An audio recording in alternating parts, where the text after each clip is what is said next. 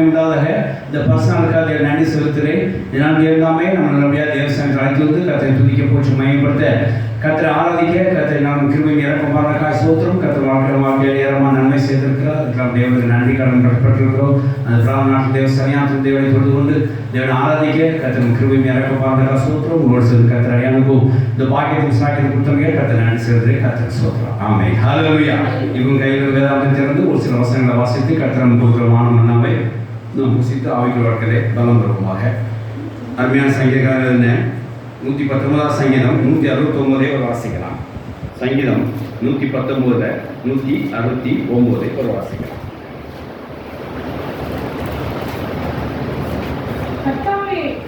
கர்த்தாவே என் கூப்பிடும் சன்னதியில் வருவதாக உமது வசனத்தின்படியே என்னை உணர்வுள்ளவனா ஆக்கும். ஆமென். ஹல்லேலூயா. கர்த்தருக்கு ஸ்தோத்திரம் மகிமை உண்டாதாக. அருமையான தாவீது தேவனிடத்தில் பண்ண ஒரு ஜெபத்தை இங்கே பார்க்கிறோம். அவர் சொல்கிற வார்த்தை என்னன்னா, என் கூப்பிடும் சன்னதி வருவதாக உங்களுடைய வசனத்தின்படியே என்னை உணர்வுள்ள ஆக்கும் என்று சொல்லி அவர் அங்கே தேவனுக்கு தெரியப்படுத்துகிறார் சொல்லி பார்க்கிறோம். உங்களோட வசனத்தின்படியே என்னை உணர்வுள்ள ஆக்கும் என்று சொல்லி அவர் ரொம்ப தன்னுடைய காரியத்தை பற்றி எடுத்து சொல்கிறதை பார்க்கிறோம். ஜெபத்தில் பார்க்கிறோம். கர்த்தருக்கு ஸ்தோத்திரம் உண்டாதாக. தாவீது தன்னுடைய வாழ்க்கையிலே தேவ வசனத்துக்கு ரொம்ப முக்கியத்துவம் கொடுத்தார் என்கிறதை இந்த 119 சங்கீதத்திலே நம்ம பார்க்கிறோம். அதாவது சங்கீதம் ஆரம்ப விஷயத்திலே பார்க்கோமானால் சங்கீதம் 1 பார்த்தோம்னால் வசனத்துக்கு முக்கியம் கொடுத்துதான் அவர் அங்கே இரவு வேதத்தில் தியானம் வாக்கியவான் என்று சொல்லி தான் ஆரம்பிப்பார். இந்த 119 பார்த்தீங்கன்னா அந்த வேதத்தோட மகத்துவத்தை அறிந்து அவர் தன்னை எந்த விதத்துக்கு மாற்றியிருக்கிறார் என்கிறது அங்கே பார்க்கப்படுது. பெரிய சாட்சி இந்த 119 இருக்கு. 119 முழுவதும் நீ படித்து பார்த்தீங்கன்னா தாவீது எந்த அளவுக்கு வசனத்தை முக்கியத்துவம் கொடுத்துருக்காருங்கிறது அவர் எப்படி இருந்தாருங்கிற சாட்சி நமக்கு தெரியும். அதாவது தாவீது எப்படி இருந்தார் நமக்கு தெரியாதுல்ல. 119 மட்டும் வாசித்து பாருங்க, அது தெரியும். அதை ஒரு 7 சாராம்சத்தை கொண்டு அவர் எழுதியிருப்பாங்க. நான் ஒரு தியேட்டரியாக ஒரு சப்ஜெக்ட் எடுத்துக்கொண்டிருக்கிறேன். ஃபீச்சரை உங்களுக்கு அறிவிக்கிறேன் கருத்தை சித்தமான. அதாவது என்னென்னா அவருடைய வசனம், அவருடைய சாட்சிகள், அவருடைய பிரமாணங்கள், அவருடைய கற்பனைகள், அவருடைய கட்டளைகள், அவருடைய நியாய தீர்ப்புகள், அவருடைய நீதிகள், இது இந்த 7 தான் இந்த 119 ஒவ்வொரு பேட்சாக வரும். இந்த 7ல் என்னென்ன காரியத்தை நான் பெற்றுக்கொண்டேன், என்னென்ன காரியம் செய்ய வேண்டும் அப்படின்றத அழகாக பிரித்து எழுதி வச்சுருக்கிறார். அதில் ஒரு சப்ஜெக்ட் தான் இருந்தது அப்படின்னா அந்த வசனம் 7 வசனம் ஒன்று சொன்னாங்க. வேதவசனம், கற்பனைகள், கட்டளைகள், நீதிகள், நியாயத்தீர்ப்புகள், சாட்சிகள், பிரமாணங்கள், இவைகள் தான் நான் எழுதியிருப்பாங்க. இவ்வளவுதான் என்ன பிரயோஜனம், இவனை நான் எப்படி கற்றுக்கொண்டேன், இதெல்லாம் எனக்கு என்னவா உதவியாக இருந்தது என்கிறது தான் 119 ஃபுல்லாகவே எழுதியிருப்பாங்க. அது இந்த அதில் ஒரு பாயிண்ட் வசனம். இந்த வசனம் என்னை என்ன செய்ய வேண்டும், உணவுள்ளவனாக்க வேண்டும் அப்படின்றான். It should be sense. வசனம் என்னை உணவுள்ளவனாக்க வேண்டும். இங்கிலீஷ் எப்படி போட்டு தெரியுமா, அது ஒரு அண்டர்ஸ்டாண்டிங்காக இருக்கும். வசனம் மூலமாக எதையும் நான் அண்டர்ஸ்டாண்ட் பண்ண வேண்டும், வசனம் மூலமாக நான் எதையும் புரிந்து கொள்ள வேண்டும் என்கிறதே அங்கே அவர் ரொம்ப ரொம்ப என்ன சொல்ற ஒரு உச்சமான ஒரு ஜபம் சொல்றேன்னு பார்க்கிறோம். வசனம் என்னை உணவுள்ளாகும் சொல்லி நம்மளை போதிக்கிறதுக்காக ஒரு வார்த்தை எழுதுல. அவர் எதில் கேட்டார், அதை ஜபத்தில் தான் கேட்டார். வசனம் மூலமாக என்னை உணவுள்ளாகும் சொல்லி தேவனுடைய வசனம் சோத்திரமுண்டாக. எந்த காரியத்தையும் ஞாபகத்தை வச்சுக்கோங்க, நாம் உணவுள்ள ஆக்க வேண்டும், நாம் சென்சிட்டிவ் ஆக வேண்டும், நாம் புரிந்து கொள்ள வேண்டும், ஒரு காரியத்தை அண்டர்ஸ்டாண்ட் பண்ண வேண்டும்னா வசனம் மூலமாக இருக்க நம்ம கற்றுக்கொள்வோம். ஹல்லேலூயா. தேவ வசனம் மூலமாக ஒரு காரியத்தை அறிந்து கொள்ள வேண்டும், தேவ வசனம் மூலமாக காரியத்தை புரிந்து கொள்ள வேண்டும், தேவ வசனம் மூலமாக ஒரு காரியத்தை அண்டர்ஸ்டாண்ட் பண்ண வேண்டும், தேவ வசனம் மூலமாக உணர்வுள்ள ஆக்க வேண்டும்ங்கிறது தான் இந்த வசனத்துடைய சாராம்சம். தேவ வசனம் சோத்திரம் உண்டாக. யாரை வற்புறுத்தியதையும் உணர்வுள்ள ஆக்க முடியாது, யாரையும் தண்டித்து ஒரு மனிதனை உணர்வுள்ள ஆக்க முடியாது, யாரையும் கோபப்பட்டோ அல்லது மிகுதியாக பேசியோ கடுமையான சொற்கள்னாலேயோ ஒருத்தர் நீ உணர்வுள்ளவன் ஆக்க முடியாது. அப்படி ஆக்குனா அது தற்காலிகமாக இருக்கும், குறிப்பிட்ட ஒரு நேரத்தார். வசனம் மூலமாக நீங்கள் உணர்வுள்ள ஆக்க பாருங்க, என்னன்னைக்கு அவன் நினைத்திருப்பான். ஹல்லேலூயா. வசனம் மூலமாக தான் என்ன செய்ய வேண்டும், ஒருத்தர் நினைத்திருக்க வேண்டும். வசனத்துக்கு அவ்வளோ முக்கியத்துவம் கொடுத்தா தாவீது. சில ஆராய்ச்சி சொல்வது, யோனத்தான் போனதுக்கு அப்புறம் அவர் என்ன சொன்னால், ஆண்டவரே இன்னும் நண்பர்களாக இருந்தார்கள், எல்லாம் உதவி செய்தார், சவுல் காரியத்தை அறிவித்தார்கள், இனிமேல் உமக்கும் எனக்கும் வேற யார் வேண்டாம், வசனமே என்னை உணவு ஆக்கும் என்று சொல்லி வேண்டுதல் செய்தா சொல்லி சில வியாக்கியங்கள் போடப்பட்டு நமக்கு அந்த காலத்தில் என்னன்னு தெரியல. ஆனால் தாவீது அவர் அடிப்பட்ட காரியத்தை நிறைய புரிஞ்சிருக்கிறார். மனிதன் நடுப்பிலிருந்து தேவனுக்கு நமக்கும் மனிதன் நடுப்பிலிருந்து நம்ம உணவு ஆக்குறது சரியல்ல. தேவனுக்கு நமக்கும் மனிதன் நடுப்புறமாக இருந்து ஒரு இன்டர்மீடியட் இருந்து நம்ம உணவு ஆக்குறது சரியில்லை. அவரோட வசனம் தான் நம்ம உணவு ஆக்கணும் அப்படின்றது புரிந்து கொண்டார். இன்னைக்கு தேவனுக்கும் மனிதனுக்கும் நடுவிலேயே வேற எதையோ வைத்துக்கொண்டு ஒரு பிலாசபியை வைத்துக் கொள்கிறோம். நம்ம உணவு ஆக்கணும்னு நினைக்கிறோம், அது உணவு ஆக்காது. ஒரு மனிதன் வைத்துக் கொள்கிறோம், அது உணவு ஆக்காது. தேவனுக்கு நமக்கு நடுவே பாஸ்டர் வைத்துக் கொண்டு அது உணவு ஆக்காது. ஏன்னா பாஸ்டர் சார்ந்த வசனம் சொல்லி கொடுத்தாக்கா அது உணவு ஆக்கும். பாஸ்டர் தன்னுடைய ஒப்பீனியன் சொல்லிட்டாருன்னா அங்கே என்ன செய்யறது, உணவு ஆக்காது.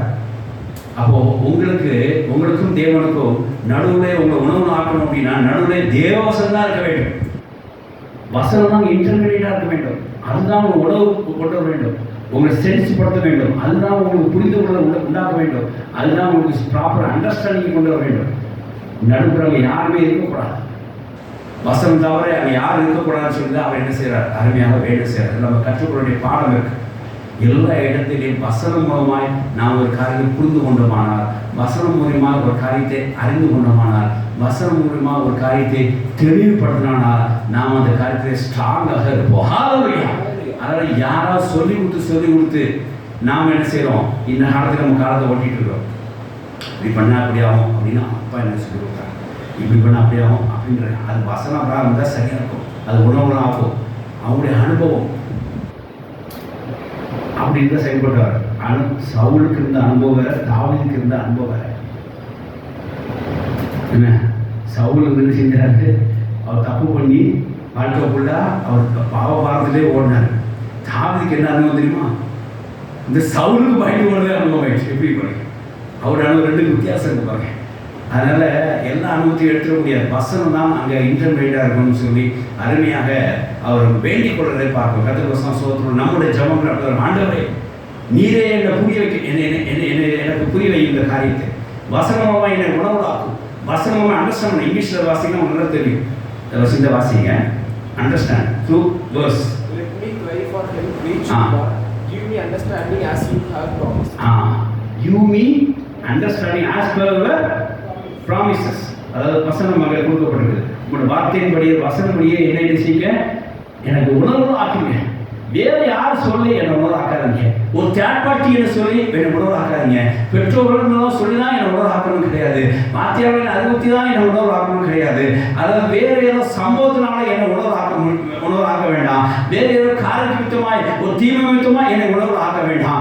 வேற யாராவது ஒரு காரியத்தை நஷ்டப்படுத்தி சேதாரமாய் அது மூலமா எனக்கு ஒரு சென்ஸ் புரிந்து கொள்ள அப்படி எனக்கு வேண்டாம். உங்கள் வசத்தினால என்னை உணர்வு ஆக்கும் என்று சொன்ன ஹல்லேலூயா. எப்படி பாருங்க, இந்த அடிக்கடி இந்த பாட்டில் நம்ம பாடுவோம். உண்மை போல் யார் அந்த பாட்டில் வரும். உமக்கும் எனக்கும் இடை வராமல் என்றுமே நீரை காத்துக்கொள்ளும் என்று சொல்லி பாடல் போட என்ன தெரியுமா, வசனம் யார் உள்ள வந்துடக்கூடாது, நமக்கும் தேவனுக்கும் அந்த பாடல் போட. அதுதான் இங்கே அருமையாக தாவீதை உணர்த்திருக்கிறார். வசனம் மூலமாய் நாம் உணர்த்தப்பட வேண்டும். வசனம் மூலமாய் நாம் தெரிந்து கொள்ள வேண்டும். வசனம் மூலமாய் நாம் போதிக்கப்பட வேண்டும். வசனம் மூலமாய் நாம் நிலநிற்க வேண்டும். வசனம் மூலமாய் நாம் உயிர்ப்பிக்க வேண்டும். இதெல்லாம் எனக்கு உணர்வு ஆக்க வேண்டும் என்று சொல்லி சொல்கிறார். கர்த்தருக்கு ஸ்தோத்திரம். இல்லாத சங்கீதம் 119, அதாவது 119 எடுத்து பாருங்க. 119 28 வாசிங்க. வசனம் மூலமாக நிலைநிற்க வேண்டும். என் வசனத்துக்கு முக்கியத்தை கொடுக்குறார். என்னை உணவு ஆக்கும் மக்களாவே, நான் வசனத்தான் நிலையிருப்பேன். என்னை உணவு ஆக்கும். நான் எங்க இடத்துல நிற்கிறேன், என்ன தப்பு பண்றேன், என்னை எப்படி என்ன சொல்லி எனக்கு உணவு ஆக்கும். எனக்கு ஒரு புரிந்து கொள்ள தாக்கும். நான் தப்பா நிற்கிறேன், நான் சரியா நடக்கல, எனக்கு உணவு ஆக்கும். அப்போது வசனத்தினால் நிலையிருப்பேன் என்று சொல்ற வாசிங்க. வாசிங்க.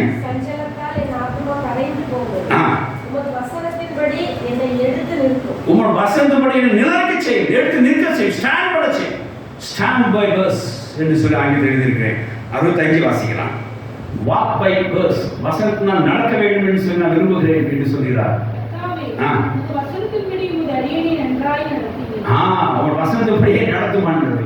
என்னை உணவு ஆக்கும், நான் வசனத்தால் நிலைநிற்பேன். என்னை உணவு ஆக்கும், உன் வசனத்தில் நான் நடப்பிப்பேன். அதை 107 வாசிக்கலாம். உயிர்ப்பேன், ஒரு வசனத்தினால் என்னை உயிர்ப்பேன். வேற எது கொண்டு உயிர்ப்பிச்சுறாங்க, வசனத்தால் என்னை உயிர்ப்பித்தர்களும் ரெண்டும் பண்ணும். என்று கேட்டுக்கொள்கிறார். என்னை உணவுலாக்கும் உன் வசனத்தினால் உயிர்ப்பிக்கப்படுவேன் என்று சொல்லி அவருக்கு ஒரு அத்தாட்சியான அவருக்கு ஒரு நம்பிக்கை உண்டு. அவருக்கு வாசிக்கலாம் 107. ஹalleluya. வசனத்தின்படி என்னை உயிர்ப்பியும். 25 வசனம் வாசிங்க. 119 25 ஒரு வசனம் ஒட்டி கொண்டு இருக்குது. ஒரு வசனத்தின்படி உயிர்ப்பித்தார். ஹalleluya. இதெல்லாம் பாருங்க, வசனத்தில் நிலைநிற்க வேண்டும், வசனத்தினால நடக்க வேண்டும், வசனத்தால் உயிர்ப்பிக்க வேண்டும். நான் முதல்ல என்ன உணவுலாம் ஒரு வசனத்தால் என்னை உணவுலாம் ஒரு சென்சிட்டிவ். ஆண்டவரை நான் என்ன தப்பு பண்ணியிருக்கேன், ஏன் எல்லாம் நிலைநிற்க முடியவில்லை, ஏன் என் வசனத்தால் நடக்க முடியவில்லை, ஏன் என்னை உயிர்ப்பிக்கிறது தாமம் உண்டாயிருக்குது என்று ஒரு உணவுலாம் வசனத்தை அனுப்பும் என்று சொல்லி கேட்டுக்கிறார். கர்த்தர் வசனம் சூத்திரம் தான். இதுக்கு இன்டர்மீடியட் வேறு யாரையும் நான் அனுப்பாதீங்க, இன்டர்மீடியட் வேறு யாரையும் எனக்கு எடுத்து யூஸ் பண்ணாதீங்க. என்னை வசனத்தை மாற்றம் கொடுங்க. நான் நிலையிருப்பேன், நான் நடப்பேன், நான் உணர்வு ஆகுவேன், நான் நிலையிருப்பேன், நான் வசனத்தில் நடப்பேன், வசனத்தில் உயிர்ப்பிக்கப்படுவேன் என்று சொல்லி தன்னோட அருமையான ஒரு வேண்டுதலை பார்க்கணும். கர்த்தர் வசனம் சூத்திரம் இல்லாத ஏசியா 54:13 பாருங்க. கர்த்தர் சொன்ன கர்த்தர் தேவன் நடப்பிக்கிற விதமும் அப்படிதான். உன் பிள்ளைகளால் கர்த்தரால் போதிக்கப்பட்டிருப்பார்கள், வேறு யாரும் அவங்க போதிக்கிற அவசியம் இல்லை. 2 வாரம் கர்த்தரால் போதிக்கப்பட்டிருப்பார்கள், கர்த்தரோட வார்த்தையினால் போதிக்கப்பட்டிருப்பார்கள். வேறு பெற்றோர்கள் சொல்லி தான் பிள்ளைகள் போதிக்கப்பட அவசியம் இல்லை, குருமாக்கள் சொல்லி தான் பெற்றோர் பிள்ளைகள் போதிக்கப்பட அவசியம் இல்லை, ஒரு கல்வி காரியத்தை தான் பிள்ளைகள் போதிக்கப்பட அவசியம் இல்லை. கர்த்தராலே நீங்கள் போதிக்கப்பட்டிருப்பீங்க. வேறு இன்றைக்கு எதுவும் கிடையாது. கர்த்தரையாலும் கர்த்தருடைய வசனத்தினாலும் உங்கள் பிள்ளைகள் போதிக்கப்பட்டிருக்கலாம். ஹalleluya. வாசிக்கலாம். உன் பிள்ளைகள் எல்லாரும் கர்த்தரால் போதிக்கப்பட்டிருப்பார்கள். உன் பிள்ளையோட சமாதானம் பெரிதா இருக்கும். ஹalleluya. கர்த்தரால் போதிக்கப்பட்ட பிள்ளையோட சமாதானம் பெரிதா இருக்கும். கர்த்தராலே போதிக்கப்பட முடியாது. நீங்க அனுமதிங்க. அதாவது நீங்க ஞானசாரம் வரைக்கும் பிள்ளைகள் நீங்க போதிக்கலாம். ஞானசாரம் பெற்றதுக்கு அப்புறம் யாரை போதிக்கணுங்க? வசனம் தான் பிள்ளைகளை போதிக்கணும். கர்த்தர் ஸ்ட்ரெயிட்டா அவங்கள போதிக்கணும். அதுக்கு இடம் கொடுங்க. வசனம் உணவுல ஆக முடியாது, செய்யுங்க, படி, அதைப்படி நட அப்படின்னு பிள்ளைங்க சொல்லிக் கொடுங்க. வசந்த படி அப்புறம் நட என்று சொல்லிக் கொடுங்க. வசனம் தான் அவங்க உணவு ஆகணும். நீங்கள் உணவு என்ன பண்ணுவீங்க? 2 அடி அடித்து உணவு ஆக்குவீங்க, கோவப்பட்டு உணவு ஆக்குவீங்க, பேசாமல் வந்து உணவு ஆக்குவீங்க. இது உணவு ஆகவே ஆகாது. இதில் டெம்பரரி சொல்யூஷன், இன்னும் என்ன கேட்டால் வெயின் சொல்யூஷன், கரெக்டான சொல்யூஷன். பிள்ளைகளை உணவு ஆக்குறதுக்கு அதிலேயே உணரப்படணும். வசனம் படிக்க, வசனம் படித்தாலும் தெரியும். அதனால தான் இந்த பிபிஎஸ்லாம் பிள்ளைகள் அனுப்புகிறோம். வசனம் படிச்சுட்டாங்கன்னா நம்ம வாழ்க்கையில் ஏதாவது ஒன்று செஞ்சு பார்க்கணும் அவங்களுக்கு தோணும். முழங்கால் போட்டால் இது கிடைக்குமாமே அப்படின்னு. அதாவது குறிப்பிட்ட அளவுக்கு நம்ம போதிக்கலாம். அதுக்கப்புறம் கர்த்தரால் போதிக்கப்படுறவங்களோ என்ன செய்யறவங்க மாறணும். வசனம் மூலமாக உணர்வுலக மாறணும். அவங்க வசனம் உணர்வு மாறும்படியாக நாம் அவங்க ஞானசாரம் பெற்றவர்கள் சொல்லித்தர வேண்டும். தேவவசன சூத்திரம் உள்ளதாக அப்படியாக இங்கே ஒரு இன்டர்மீடியட் நம்ம இல்லாமல் தேவவசனமே இன்டர்மீடியட் இருந்து அவங்க போதிக்கப்படணும், நாம போதிக்கப்படணும் என்று சொல்லி மாதிரி நம்ம எண்ணங்களை மாற்றிக்கொள்ள வேண்டும். வசனத்தினால ஒரு காரியத்தை கற்றுக்கொள்ள வேண்டும், வசனத்தை ஒரு காரியத்தை திருப்தியாக வேண்டும். கர்த்தருடைய வசன சூத்திரம் உள்ளதாக வசனத்தினால ஒரு காரியத்தை நாம் நிலைநிறுத்த செய்ய வேண்டும்.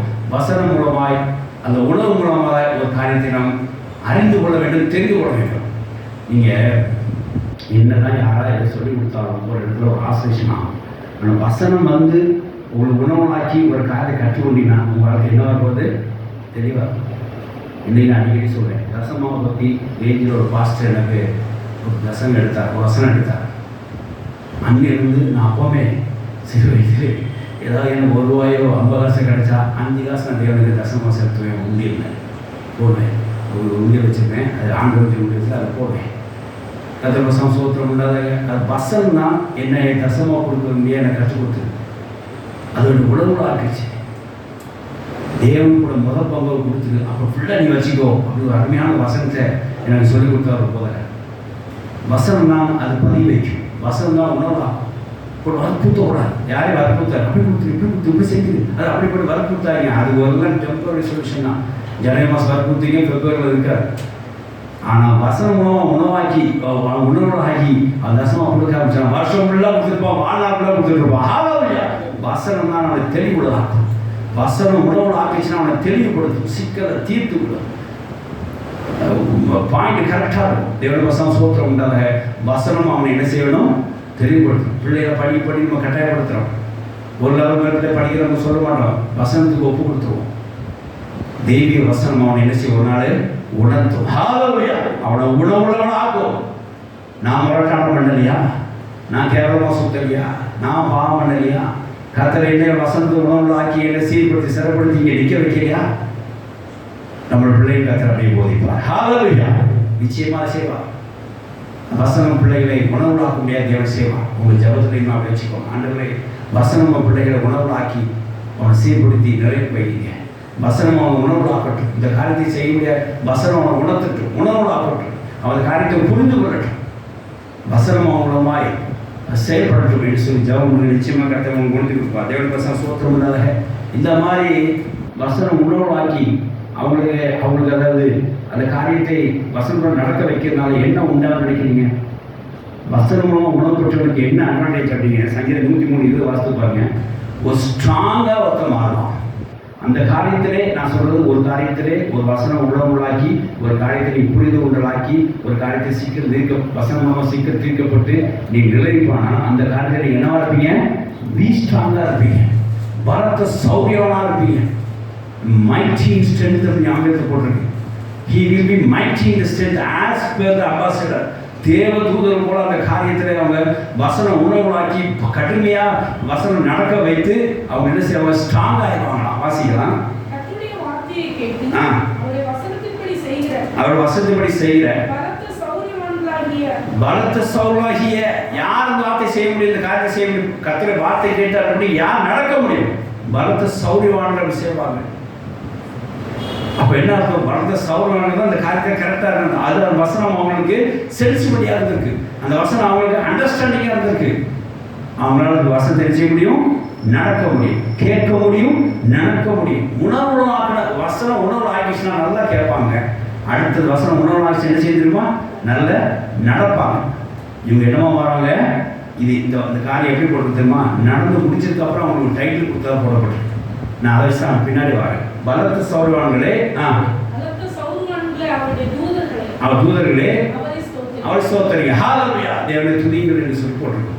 கர்த்தர் சோத்திரம் இல்லாத ஒரு அதாவது ஆல்மைட்டி ஸ்ட்ரென்த் நம்ம பெற்றுக்கொள்ளலாம் என்கிற பார்க்கணும். கர்த்தர் சோத்திரம் இல்லாத ஆகையனால இதெல்லாம் எதுக்கு தாவீது சொல்லுகிறார் அப்படின்னா, ஒரு வசனம் என்ன உணவுல ஆக்கிச்சுன்னா அதைப்படி நான் நடப்பேன், அதைப்படி நான் உயிர்ப்பிக்கப்படுகிறேன், அதைப்படி நான் நிலநிற்கிறேன்.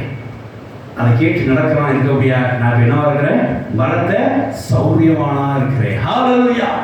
நீங்க பலத்த சௌரியமா இருக்கணும் அப்படின்னா கர்த்தர் வசனத்துல உணவுல ஆக்கப்படுங்க. ஹalleluya. கர்த்தர் வசனத்தை உணவுல ஆக்கப்பட ஒப்பு கொடுங்க. வேற யாருமாய் உணவுல ஆக்க ஒப்பு கொடுத்தீங்கன்னா நீ பலத்த சௌரியமா இருக்கிறது கொஞ்சம் லைட்டா தான் சௌரியமா இருக்கும். சார் இன்னும் சொல்ல போனா, வேடிக்கையா சொல்ல போனா நோஞ்சா சௌரியமா தான் இருப்பீங்க. என்ன நோஞ்சா மாதிரி? சரி அப்படி பெருமைக்கும். பலத்தலாக இருக்கணும். ஒரு விஷயத்துக்கு தெளிவாக இருக்கணும் அப்படின்னா கர்த்தரோட வசனத்தை நீங்கள் என்ன செஞ்சுக்கணும்? உணர்த்தப்பட்டிருக்கணும். கர்த்தர் வசனத்தினாலே உணவுல ஆக்கப்பட்டிருக்கணும். அப்படி செஞ்சு அந்த காரியத்தை பலத்த சௌகரியமாக இருப்பீங்க. 7 வருஷம் சோத்திரம் உண்டாக. நான் கடன் பிரச்சனை இருக்கும்போது ஒரு யாரும் என்ன சொன்னாங்க, என் ஃப்ரெண்ட்ஸ் என்ன சொன்னாங்க, கடன் வாங்காத, உடனே தீர்க்க வழியப்பாரு. இப்பவுமே பார்த்துட்டு அது இன்ட்டு 10 ஆச்சுன்னா அவனால் செய்ய முடியாது, வருஷம் போக அது இன்ட்டு 10 தான் குறையாது, அது உடனே சரி பண்ணுவேன். நிறைய பேர் சொன்னாங்க. நான் அலட்சியப்படுத்தினேன். சபையில் ஒரு சில பேர் சொன்னாங்க, அதை கண்டுகொள்ளல. ஆனால் பாருங்க, அந்த ஆலோசனை அந்த அந்த அந்த உணர்வு ஆக்குதல் என்னை வந்து சேரலை. மனுஷன் சில காரியங்களை உணவு ஆக்க முடியாதா சொல்லுவாங்க, அறிவு சொல்லுவாங்க. ஆனால் நமக்கு வந்து சேராது. கர்த்தருடைய வசனம் மாத்திரம்தான் அதை நம்ம உணவு ஆக்கும். ஹalleluya. அப்புறம் வசனம் வாசிக்கும் போது எனக்கு தெரிஞ்சுது, நான் பெரிய கற்றுக்குள்ள இருக்கிறேன். கர்த்தர் சொல்ற வார்த்தைக்கு மீறியே செஞ்சிருக்கிறேன். நீ கடன் வாங்காத இருப்பாயாக சொல்லியிருக்கிற. நான் ஃபுல்லாக கடனாக வாங்கிட்டு இருந்திருக்கேன் 10 வருஷமாவே. எவ்வளோ பெரிய மீறுதல். ஏன் அப்படி செஞ்சேன்? ஒரு அவிசுவாசம். கர்த்தர் நாளைக்கு கர்த்தர் இன்னைக்கெல்லாம் பணம் வேணும் அப்படிங்கிறதா. அப்போ விசுவாசம் வராது, எல்லாமே பாவமே. அந்த வருஷம் 2வது வருஷத்தை நான் எடுத்துக்கொண்டேன். மூணாவது எனக்கு புரிஞ்சுது, இப்போ கஷ்டம் என்ன செய்ய முடியும்னா குமார விடுதலாக்கினாலும் மெய்யாவே விடுதலாதீங்க அப்படின்னு அறிஞ்சு பண்ணேன்.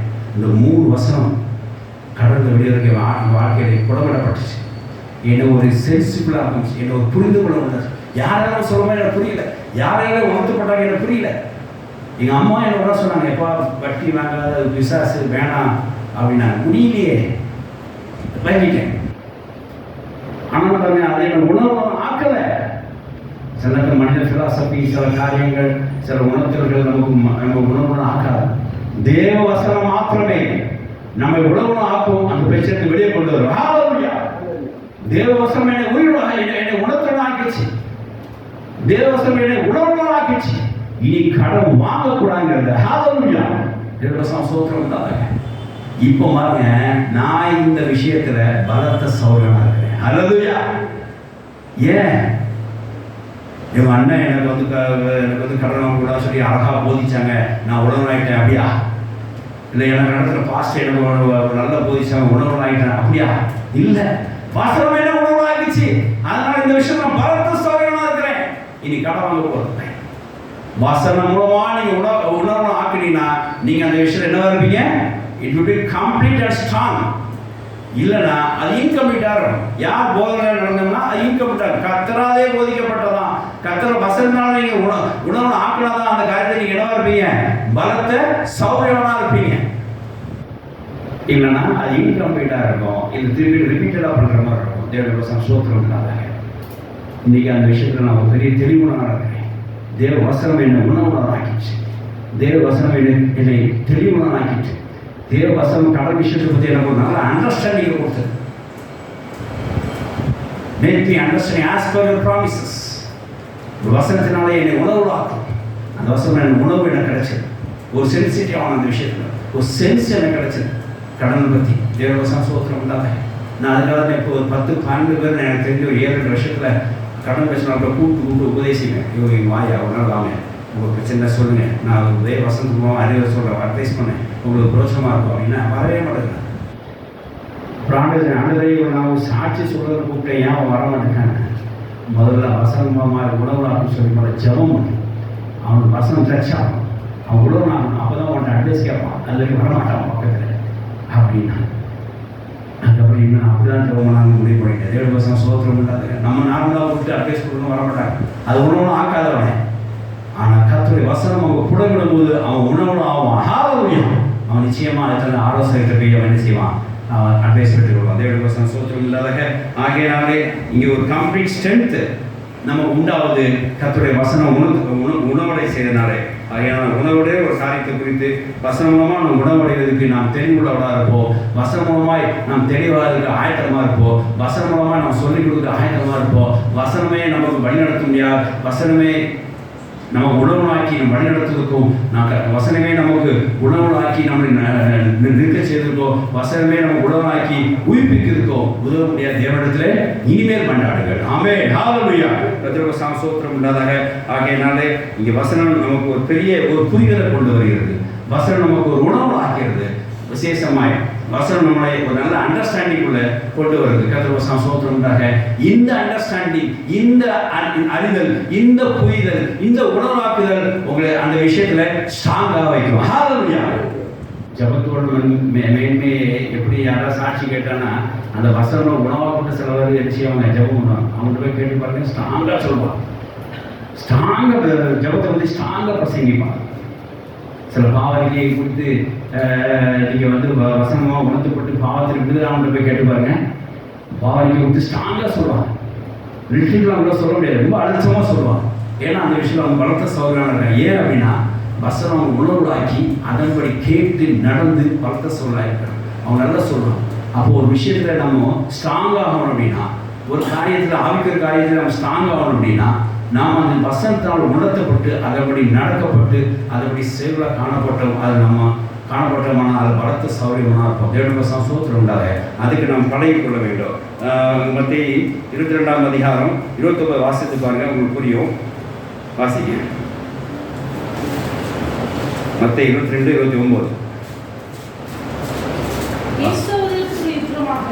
நீங்கள் வேத வாக்கியங்களையும் தேவனுடைய வல்லமையும் அறியாமல் தப்பான எண்ணம் கொள்கிறீர்கள். தேவனுடைய வசனம் சோத்திரம் உண்டாக. வேத வாக்கியங்களையும் வாசிங்க. வேத வாக்கியங்களையும் தேவனுடைய வல்லமையும் அறியாமல் இருக்கிற விதமாய் தப்பான நீங்க பெரும்பாலும் வந்து வேத வாக்கியம் என்ன செய்யுதுன்னு தெரியாம இருக்கிறனாலே தப்பு பண்ணிட்டு இருக்காங்க. தப்பா என்ன பண்றாங்க? அவங்களோட தாட்ஸ்லேயே தப்பு இருக்கு. வேத வசனம் என்ன செய்யும்?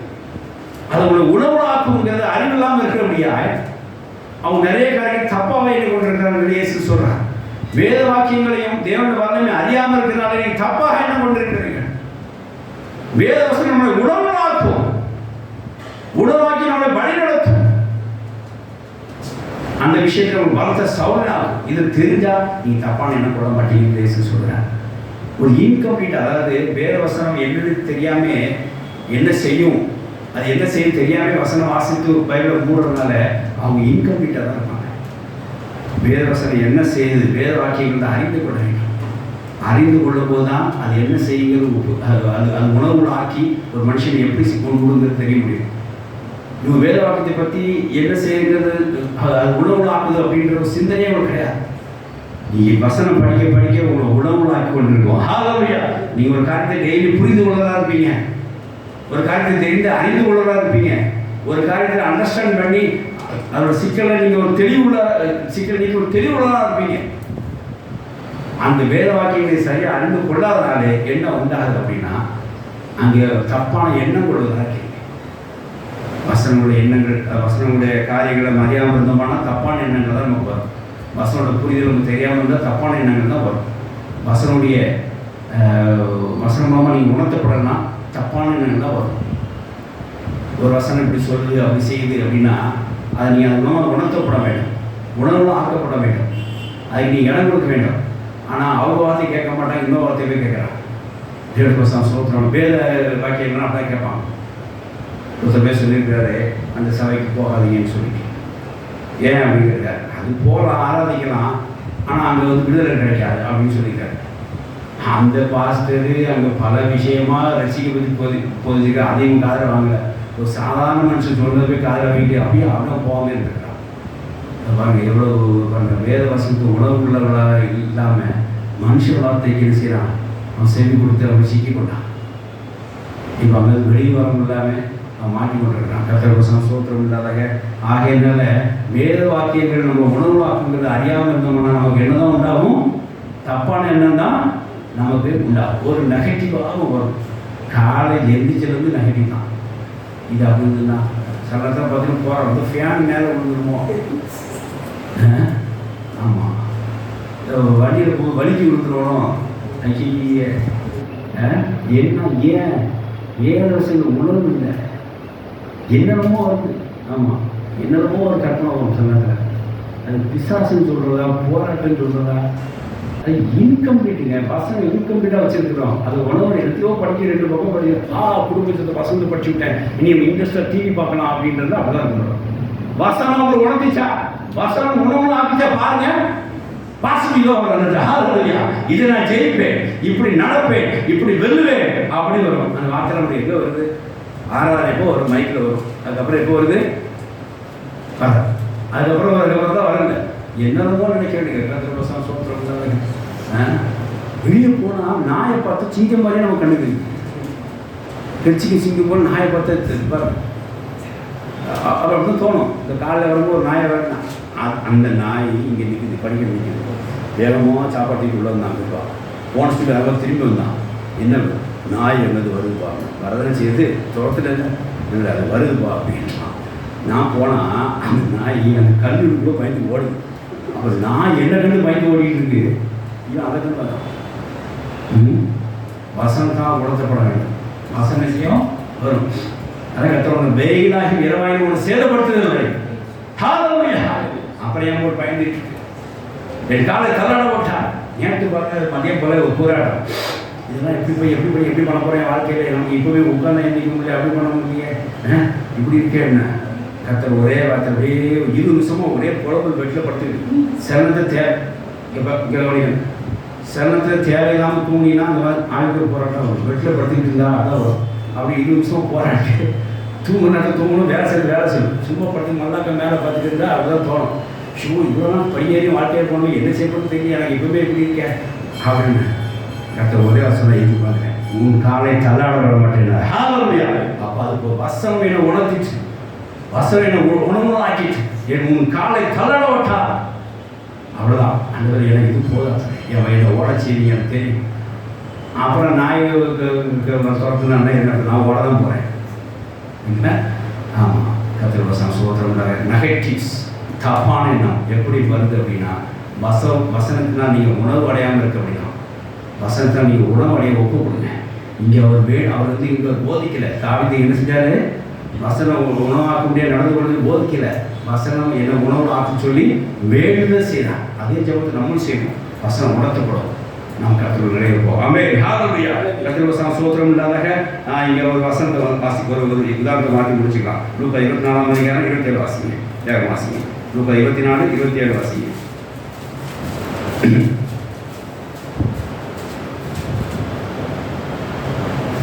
மோசே முதலிய சகல தீர்க்கதரிசிகளும் எழுதின வேத வாக்கியங்கள் எல்லாவற்றிலும் தம்மை குறித்து சொல்லியவைகளை அவர்களுக்கு விவரித்து காண்பித்தார். ஆமென். தேவனுடைய சோத்திரம் இல்லாத எம்மாவூஸ் சீஷர்கள் நடந்து போயிட்டு இருக்கிறார்கள். கர்த்தராகிய இயேசு மரித்து உயிர்த்தெழுவாருங்கிற காரியத்தை குறித்து அவங்க புலம்பிக் கொண்டிருக்கிறார்கள், கலக்கம் அடைந்திருக்கிறார்கள். அதை பற்றி ஒரு தெளிவில்லாமல் இருக்கிறார்கள். இப்படி நடந்து போயிட்டு போது இயேசு கூட வருகிறார்.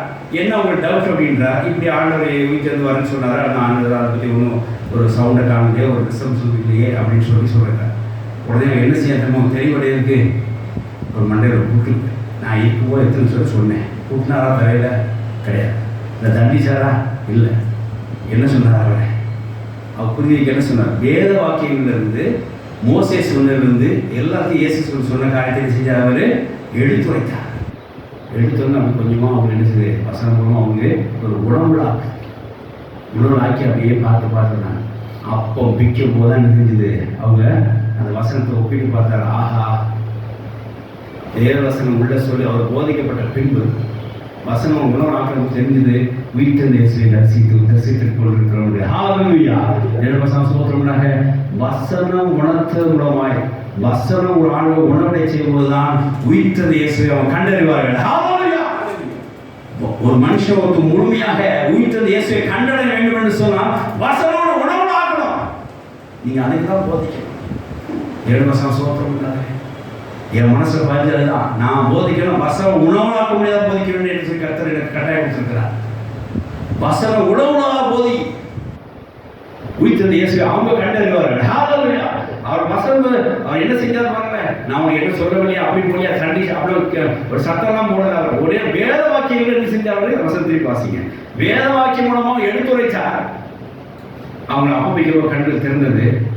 இயேசு நம்மளோட பந்தி இருக்காருங்கிற குணமுள்ளவர்களாய் அவங்க ஆக்கப்பட்டார்கள். எப்போ ஆக்கப்பட்டாருன்னா வேத வசனம் வாசித்து முடிச்சோன்னு தெரிஞ்சது. வாசிக்கிறத மோசே முதலிய சகல தீர்க்கதரிசிகளும் எழுதின வேத வாக்கியங்கள் எல்லாவற்றிலும் தம்மை குறித்து சொல்லியவைகளை அவர்களுக்கு விவரித்து காண்பித்தார். வேத வசனத்து மூலமாக தான் அவங்க உணவடையவே செய்யலாம். மோசே வந்து எல்லாரும் வேத வசனத்தை எடுத்து காமிச்சார். தம்மை குறித்து சொல்லி விவரித்து காண்பித்தார். அவர் வேற ஆயுதம் அவர் பயன்படுத்தல. இவ்வளோ நான் சொல்லிட்டு இருக்கேன். இன்னொன்று புரியலையா? இனி என்ன பற்றி நான் யாரும் தெரியலையா? அவ்வளோ கேட்கல. ஒரு இடத்துல வந்து ஒரு விசுவாசி தான் கையை பார்த்து நம்ப வச்சார். ஆனால் இங்கே என்ன செஞ்சாரு? எப்படி தெளிவுண்டாக்குனாரு?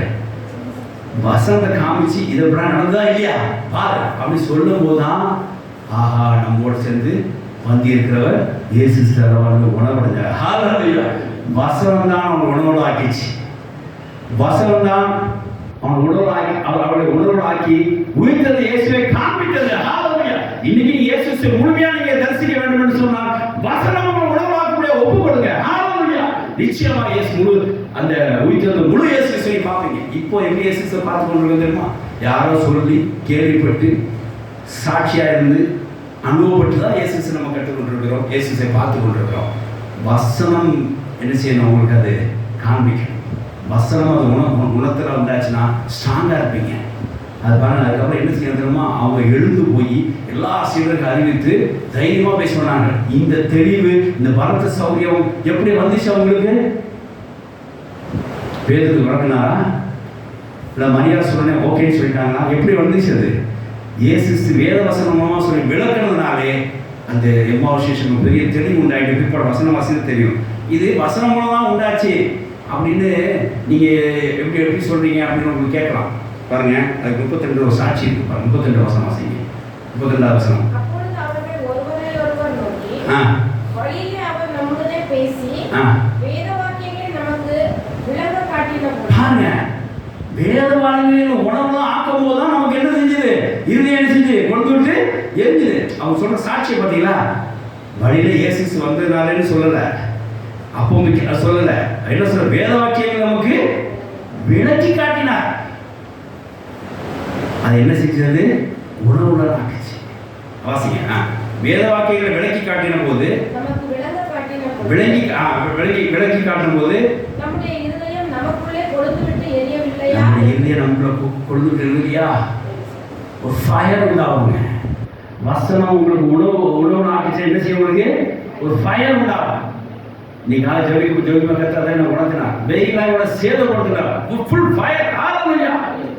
நேற்று என்னோட குடும்ப காரியத்தை யோசிக்கும்போது உன் காலை கல்லட ஓட்டாங்க. Full fire. ஹalleluya. வசனம் தான் என்ன உணவாக்கும். நீ எல்லாம் சொல்லி பாருங்க. ஒரு மாசம் சொல்லுவீங்களா? 2 மாசம் சொல்லுவீங்களா? யோனாத்தான் எவ்வளோ சொல்லிட்டாரு தாவீதுக்கு. அதுக்கு வந்து வருத்தப்பட்டு எடுத்துக்கலாம்னு சொல்றாங்க. யோனாத்தானுக்கு அப்புறம் தான் வார்த்தை எடுத்துக்கலாம் அப்படின்னு சொல்றாங்க. சொல்லி பார்த்தா முடியல. ஆனால் சவுலோட பெரிய போட ஆண்டவரே உன் வசனம் என்ன உணவாக்கியை நடத்தி கொண்டு போகும். அது போதும் எனக்கு அப்படின்னா அவ்வளோதான். வேற யாரும் இன்டிமேட் வேண்டாம். அவங்க அதே மாதிரி வாழ்க்கையில் யார் சொன்னாலும் சில இடத்துல உணவுடைய போகிறதில்லை. நம்ம சொன்னால் கேட்க போகிறோமா? யார் சொன்னாலும் கேட்க போகிறோமா? அது கேட்க போகிறதில்ல. அது வேற விஷயம். அது நமக்குள்ள ஒரு வேற விஷயம். அப்படி கீழ்ப்படிஞ்சாலும் நிலை இருக்க போகிறதில்லை. ஆனால் வசனம் நம்ம உணவு ஆக்கும்போது அந்த விஷயம் நம்ம என்ன ஆயிடும்? ஸ்ட்ராங் ஆயிரும். ஹalleluya. சோதரம் எம்மாறு சீஷர்கள் நல்ல சாட்சி சொன்னாங்க. வசனத்தை விளங்கி காட்டின போது நமக்கு ஒரு ஃபயர் வந்துச்சு இல்ல? அதுதான் நம்ம உணவுல ஆக்கிச்சு. என் கண்கள் திறக்கப்பட்டது வந்து உயிர்த்தெழுந்த இயேசுவை கண்டுபிடிச்சிட்டேன். ஹalleluya. நமக்கா பாடுபட்ட இயேசுவை கண்டுபிடிச்சிட்டேன். ஹalleluya. இன்னைக்கு உங்களுக்கா பாடுபட்ட இயேசுவை நீங்க கண்டுபிடிக்கணும். வசனம் உங்களை உணர்த்தப்பட வேண்டும். வசனம் உங்களை உணவாக்க வேண்டும். உயிர்த்தெழுந்த இயேசுவை நீ வல்லமை நீ காண வேண்டும் என்று சொன்ன வசனம் உணவாக்க வேண்டும் சொல்லி ஜெபம் பண்ணுங்க. அதே உயிர்த்தெழுந்த இயேசுவை இன்னைக்கு உங்க மத்தியில பார்க்கலாம். நீங்க ஹalleluya. வேத வாக்கியம் விளக்கி காட்டின போது உயிர்த்தெழுந்த இயேசுவை அந்த சீஷர்கள் நேரடியாக கண்டார்கள். தேவனுடைய ஸ்தோத்திரம் உண்டாக. இன்னைக்கு உயிர்த்தெழுந்த இயேசு நம்மோடு இருக்கிறார். வசனம் மூலமாய், வசனம் உணர்த்துவதன் மூலமாய், வசனம் உணர்வுடைய செய்ய மூலமாக அதை நீங்க என்ன செய்யலாம்? கண்டுகொள்ளலாம். ஆமென். தேவனுடைய ஸ்தோத்திரம் உண்டாக. ஆகையினாலே வசனம் நம்மளை உணவடை செய்வது உயிர்த்தெழுந்த இயேசுவை கண்டறியலாம்ங்கிற சாட்சியை நாம் இங்கே பார்க்கிறோம். கர்த்தருக்கு ஸ்தோத்திரம் உண்டாக. அப்படியே பாருங்களேன், அப்போஸ்தலர் 8ஆம் அதிகாரம் 34 பாருங்க. அந்த வேத வாக்கியத்தை காமிக்கும் போது அவன் மறுஜென்மம் எடுத்தான். ஹalleluya. மறுஜென்மத்துக்கு வந்தான். புதிய பர்த்துக்கே வந்தான். ஞானஸ்தானத்துக்குள்ள வந்தான். மண்டையில குட்டி யாரும் ஞானஸ்தானம் எடுக்கக்கூடாது. அடிச்சு ஞானஸ்தானம் எடுக்கக்கூடாது. என்ன ஒரு வீட்டில் ஒருத்தமா பாருங்க, நீ ஞானஸ்தானம் வர்ற ஆராதனைக்கு எடுக்கலன்னா என்ன நீ உயிரோட பார்க்க முடியாது இருக்காரு. ஞானஸ்தானமே உயிர்ப்பிக்கிற கேஸு. இந்த நீ எடுக்கலன்னா என்ன பிள்ளை அம்மா மிரட்டிட்டாங்க. கடைசியாக என்ன பண்ணிட்டாருமா? இயேசு விசுவாசிக்கிறேன் எங்கள் அம்மாவை பயந்துருப்பான். ஞானஸ்தானம் மனசை சொல்லியிருந்திருப்பான். ஆனால் தண்ணி வந்து இருந்திருப்பான். இங்கே இயேசு விசுவாசின்னு சொல்லியிருப்போம். பாருங்க, அதுக்கு மனதிருப்பா ஞானஸ்தானம் வற்புறுத்தாதீங்க. வேத வாக்கியத்தை விளங்க ஞானஸ்தானமாக ஒரு புது பிறப்பு, ஒரு புது பேதியாக மாறையா. இந்த இடத்துல அந்த இதில் செய்தி கொடுத்தோம். ஞானஸ்தானத்தில் மட்டும்தான் நம்மளோட பழைய ஆதாமுடைய பாடி சிலுவைக்கு போகுது. உயிர்த்தெழுந்த மூலமாக கர்த்தர் ஒரு புதிய பாடி வருது. அந்த புதிய பாடிக்கு தான் நம்ம புது பேர் வைத்திருக்கிறோம், வேற பேர் வைக்கிறோம். அப்போ என்ன, இந்த பாடிக்கு இனிமேல் ரட்சகர் யாரு? இயேசு கிறிஸ்து தான். இதுலேருந்து என்ன உண்டாது அப்படின்னா, இயேசு கிறிஸ்து தகப்பன்னு ஏன் சொல்கிறோம் அப்படின்னா, அவர் உயிர்த்ததுக்கு அப்புறம் பெற்ற ஞானஸ்தானத்துக்கு அப்புறம் உயிர்த்தது பெற்ற பாடியானது இப்போ யாரும் சொல்கிறோம்? நம்ம தாய் தகப்பனோட மாம்சம் பெற்ற பாடி இப்போ எங்கே போயிட்டு? ஞானஸ்தானம் எங்கே போயிட்டு? ஆதாம் பாடி சிலுவைக்கு போயிடுச்சு. திரும்ப பெற்றுள்ள பாடியானது அவ்வளோமா உயிர்த்திருந்திருக்கேன்னு அப்போஸ்தலர் சொல்கிறார். சிலுவை அறையப்பட்டேன் அவ்வளோமா உயிர்த்திருந்திருக்கேன்னு சொன்னான்னா இப்போ கொடுக்கப்பட்ட பாடி புதுசு. இந்த பாடிக்கு ரட்சகர் யாரு? இந்த பாடிக்கு பாதுகாப்பு யாரு? இந்த பாடிக்கு கார்டியன் யாரு? அவரே சரீரத்துக்கு சொந்தமான. ஹalleluya. நீரே சரீரத்துக்கு சொந்தமாக இருக்கிறீங்க. அப்படி எதை சொல்கிறோம்? ஞானஸ்தானத்தில் நம்ம புதிய பாடி பெற்றுக்கொண்டதுனா இந்த சரீரத்தில் யார் வந்து உட்காருவா? இந்த சரீரத்தில் பசுத்தம் யார் வந்து உட்காருவா? பசு தானே. பழைய ஆதாம் பாடி இல்லை, ரசிக்கப்படாது. அந்த பாடி உட்காந்து அவன் புதுப்பிப்பார். அது வேற விஷயம். அப்படின்னு சொல்லி போனதில் அந்த உயிர்த்தெழுந்த வல்லமை நம்ம பார்ப்போம். கர்த்தருடைய ஸ்தோத்திரம். உயிர்த்தெழுந்தார் இயேசு உயிர்த்தெழுந்தார் செய்தி கொடுக்கப்பட்டது. கர்த்தருடைய ஸ்தோத்திரம் உண்டாக. ஆகையினாலே இங்கே நம்ம வந்து பார்க்குறோம், அந்த ஞானஸ்தானம் பெறுவதற்கு வந்து வேத வாக்கியம் விளக்கி காட்டும் போது தான் ஒத்துக்கிட்டான். தவிர யாரும் வற்புறுத்தலாம் ஒத்துக்கல. வாசிக்கலாம். அப்போஸ்தலர் 8:34-35. நம்மை குறித்தோ வேறொருவரை குறித்தோ பாருங்க, தம்மை குறித்தோ வேறொரு குறித்தோ யாரை பற்றி வசனம் எழுதியிருக்கு அப்படின்னு கேட்குறாங்க. அப்பொழுது பிலிப்பு பேசத் தொடங்கி, இந்த வேத வாக்கியத்தை முன்வைத்து இயேசுவை குறித்து அவனுக்கு பிரசங்கித்தார். ஆமென், ஹalleluya. இந்த வேத வாக்கியம் வச்சுதான் இயேசு என்ன செஞ்சாங்க? பிரசங்கித்தார். ஹalleluya. நம்ம பிரசங்கம் வேத வசனம் முன்னிட்டு தான் நம்ம இயேசு பிரசங்கிக்கிறோம். வேத வசனத்தை உணவுல ஆக்க வைக்க முடியாது. இந்த வேத வசனத்தை வைத்து தான் என்ன செஞ்சா இயேசு பிரசங்கித்தார். உடனே செஞ்ச காரியம் என்ன? பரவாயில்லையே, இயேசு இவ்வளோ பண்ணிருக்காரா அப்படின்னு டாடா கட்டிட்டு போல உடனே என்ன செஞ்சார்? தண்ணி இருக்கு, என்ன இருக்கு, இவனுக்கு என்ன ஞானஸ்தானம் உடனே பெற்றுக்கொள்ளுங்க. ஹalleluya. வேத வாக்கியங்களை வைத்துதான் அவர் உணவடைய செய்தார். யார? அந்த மந்திரி இயேசு பற்றி காண்பித்தார். அந்த வேத வாக்கியம் உணவுப்பட்ட உடனே இயேசுவை ஏற்றுக்கொண்டார். வேத வாக்கியங்கள் வச்சுதான் அந்த ஞானஸ்தானத்தை அவர் உணவடைய செய்தார். தேவசம் சோத்திரம் உண்டாக ஐயா ஞானஸ்தானமோ ஒரு ஆவிக்கு காரியங்களோ ஒரு கல்யாணமோ எதுவாக சரி, வீட்டு பிள்ளைகளுக்கு நல்லது எந்த நல்லதும் சரி, கர்த்தர் வேதாசனமாக உணர்த்துவதற்கு நீங்கள் ஜெபம் பண்ணுங்க. வேதாசனமாக அவங்க உணர்வடைவதற்கு ஒரு ஜெபம் பண்ணுங்க. வேதவசனம் அவங்க குடம்பிடுக்க உணவடை செய்யும் ஜெபம் பண்ணுங்க. அந்த காரியத்தில் அவங்க செய்து முடிப்பார்கள். அந்த விஷயத்தில் அவங்க பலத்த சௌகரியமாக இருப்பாங்க. ஆமென், ஹalleluya. வேதவசனம் சோத்திரம் உண்டாதாக அங்கே ஏசாயால கூட, அதாவது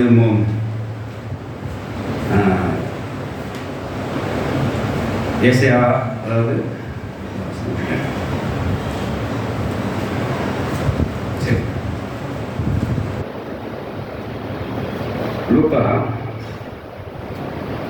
4:20 வாசிக்கும் போது இயேசு தன்னை கொடுத்த காரியத்தை வேத வாக்கியத்திலிருந்து எடுத்து காண்பித்தார்.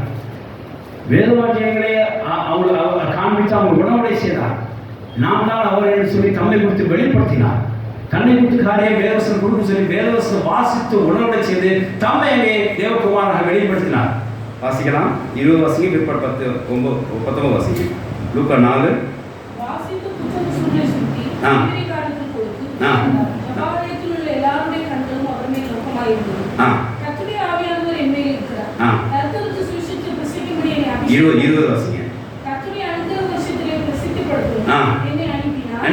என்னை அனுப்பினார் அப்படின்றது வேத வசனம் இருக்குது இல்லையா, அதை அங்கே வாசித்து காமிச்சார். இப்போ உணவடையனால எல்லாரும் வாசிங்க.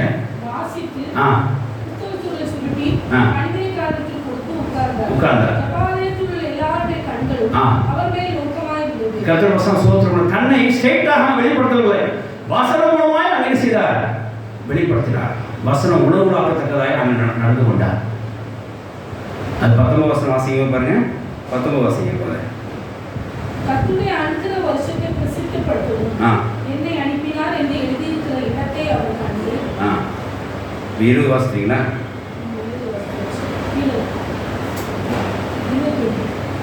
அப்பொழுது அவர் அவர்களோடு பேசத் தொடங்கி, காதுகள் கேட்ட இந்த வேத வாக்கியம் இன்றைய தினம் நிறைவேறிற்று. அதான் வாசிக்கிறேன்.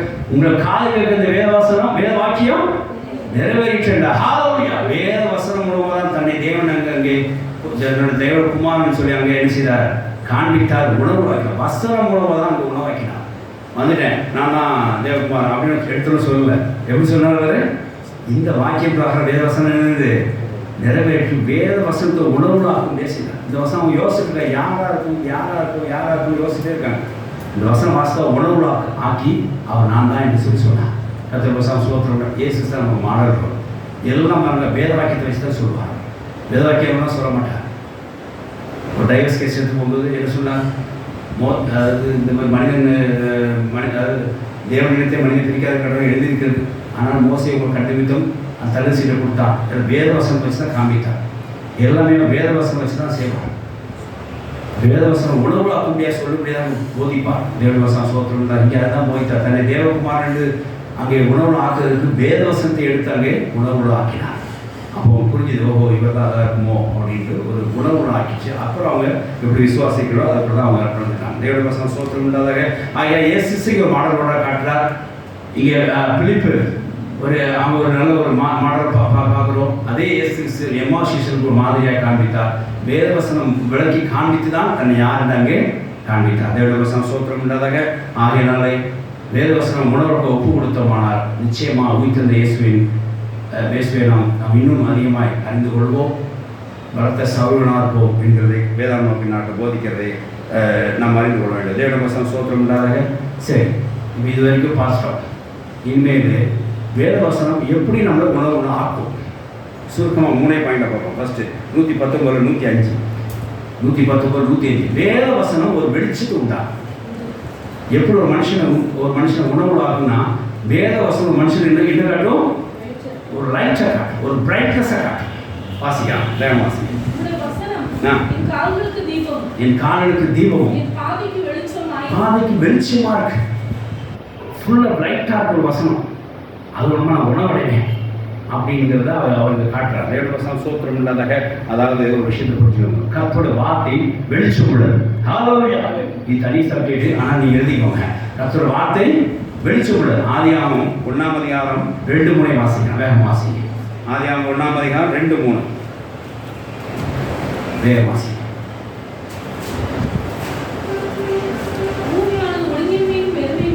பூமியானது ஒழுங்கின்மை வெறுமையா இருந்தது, ஆழத்தின் மேல் இருள் இருந்தது. ஆழத்தின் மேல் அங்க இருந்தது ஒரு இருள் இருந்துச்சு. ஆவியானவர் ஜலத்தின் மேல் அசைவாடி கொண்டிருந்தார். தேவன் வெளிச்சம் உண்டாக்கணும்னு சொல்லி வார்த்தை அனுப்பினார். வெளிச்சம் உண்டாயிற்று. அடுத்தது வெளிச்சம் நல்லது என்று தேவன் கண்டார். வெளிச்சத்தையும் இருள் தேவன் வெவ்வேறாக பிரித்தார். கர்த்தரோட வார்த்தையினால என்ன உண்டாயிட்டாங்க? வெளிச்சம் உண்டாயிட்டு. எங்க வெளிச்சம் உண்டாயிட்டு? இருள உண்டாயிட்டு. தேவனுடைய வசனம் சோத்திரம் உண்டாதாக. இருள் நல்லதெல்லாம் கண்டுபிடிச்சிட்டார், வெளிச்சம் நல்லதுன்னு கண்டுபிடிச்சார். அதுக்கு அந்த வார்த்தையை பயன்படுத்தினார். இந்த கர்த்தரை வார்த்தை வெளிச்சத்திலே கர்த்தர் வார்த்தை உங்களுக்கு வெளிச்சம் தரும். சரி, இப்போ இந்த வெளிச்சம் எங்கே வந்துருக்குதுங்க? வெளிச்சம் எங்கே வந்துச்சு? இப்போ இந்த வார்த்தை வெளிச்சம் எங்கே வந்துச்சு? பூமியில் வந்துச்சு. மனுஷன் மேலே வந்துச்சா? வரல. பூமி மேலே வந்துச்சு. மனுஷன் உண்டாக்கப்படல, வரல.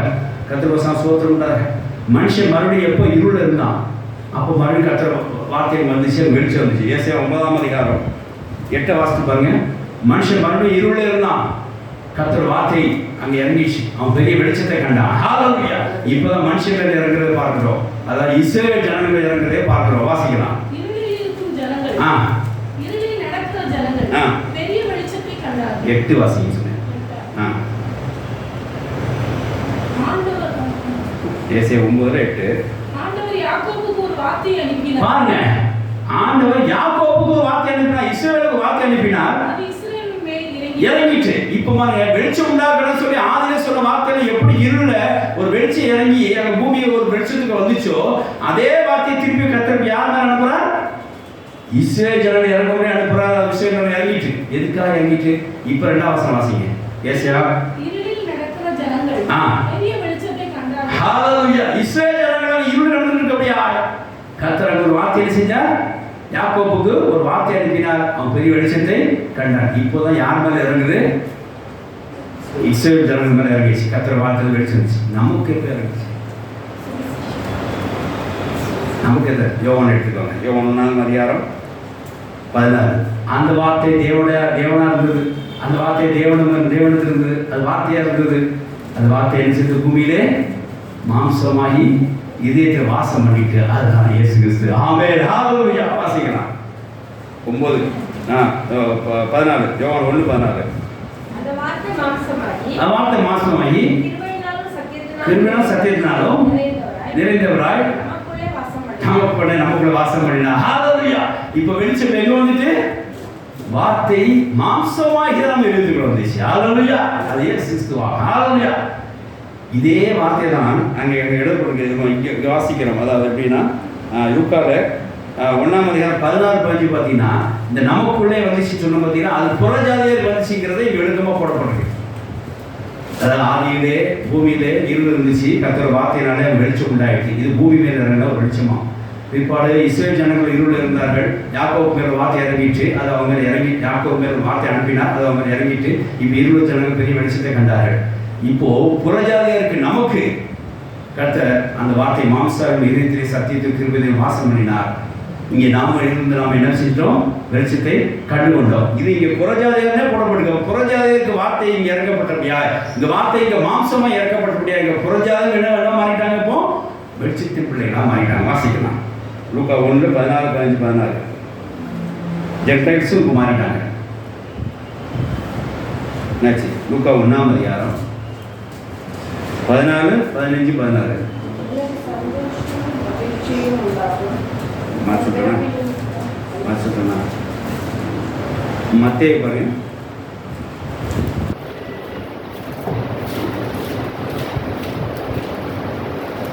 வேகமாக என்ன பண்ணுறது?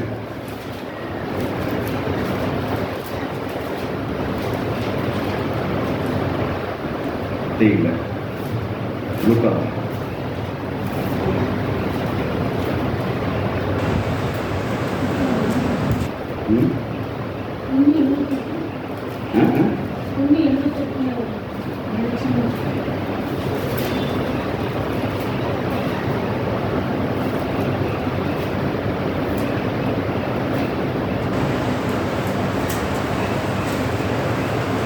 இப்போ 1ஆம் அதிகாரம்னா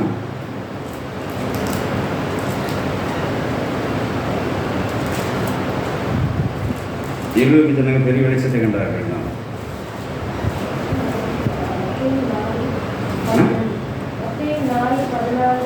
கரெக்ட் அதான் வாசிங்க. கரெக்ட். ஆகிய புறஜாதியோட கலிலேயுடைய ஹalleluya. இப்போ வார்த்தை எங்க வந்துச்சு? புறஜாதியருக்கு வந்துச்சு. வாசிங்க. இருளில் இருக்கும் ஜனங்கள் பெரிய வெளிச்சத்தை கண்டார்கள். மரண இருளின் திசையில் இருக்கிறவர்களுக்கு உதித்து வெளிச்சம் உதித்தது என்று ஏசாயா தீர்க்கதரிசியால் உரைக்கப்பட்டது நிறைவேறும்படி இப்படி நடந்தது. ஆமென். ஹalleluya. வசனமாக உணர்வாக்கிச்சு வெளிச்சத்தை கொண்டு வந்தது. யாருக்கு? இப்போ புறஜாதியர். அவங்க கர்த்தர் ஆதியிலே இந்த வார்த்தை பூமியிலே ஒரு வெளிச்சத்தை கொண்டு வந்தது. அதே வார்த்தை இசையில் இருளில் இருக்கும் வெளிச்சத்தை கொண்டு வந்தது. அதே நமக்கு புறஜாதியருக்கு நமக்கு இயேசு கிறிஸ்து அந்த வார்த்தையை மாம்சமாகி நம்ம இதயத்திலே வந்து அடைந்தது. இப்போ நாம் என்ன இருக்கிறோம்? வெளிச்சம். இதெல்லாம் எதனால் வந்துச்சு? வார்த்தை நம்ம உள்ளே உணர்வடைச்சு. வார்த்தை வந்ததுனால வெளிச்சம் உண்டாய். அதனால் ஃபஸ்ட்டு எப்படி நமக்கு வசனம் வெளிச்சம் உள்ளதாக்குது, அந்த வசனம் எப்படி உணர்வுள்ளாக்குது அப்படின்னா அது ஒரு வெளிச்சத்தை கொண்டு வரும். ஏன் வெளிச்சத்தை கொண்டு வரணும்னா, வெளிச்சத்தை எதுக்கு கொண்டு வரணும் அப்படின்னா அந்த வெளிச்சம் தான் உங்கள் ஸ்டேட்டஸை காட்டணும். நீங்கள் இருளில் இருக்கிறீங்களா, என்ன செய்றீங்க, அதாவது வெளிச்சத்தை இருக்கீங்களா காட்டணும். நீ வெளிச்சம் இல்லைன்னா ஒரு இடத்துல அந்த அந்த அந்த இருளை நீங்கள் கண்டே பிடிக்க முடியாது. எல்லாமே அப்படி தான் இருக்க போலன்னு வெளிச்சம் வரும்போது தான் தெரியும் நாம் எங்கே இருக்கிறோம். இருளில் இருக்கிறோம். அப்படிதானே? அவர் கரண்ட் போயிட்டு உலகம் ஃபுல்லாக கரண்ட் போயிட்டு. ஸோ உலகமே இப்படி தான் முடிச்சுட்டு இருக்கிறோம். ஒரு வெளிச்சம் வந்து ரைட் இருக்கணும். ஓ அந்த பக்கம் இருளாக இருக்கே, நம்ம ஒரு வெளிச்சத்தில் இருக்கோம் அப்படின்னு சொல்கிறோம். ஹalleluya. அப்போ வசனம் தான் நம்மளை உணர்வாக்க எப்படி நான் ஒரு வெளிச்சத்தை கொண்டு வரும். அதுதான் சொல்கிறேன்.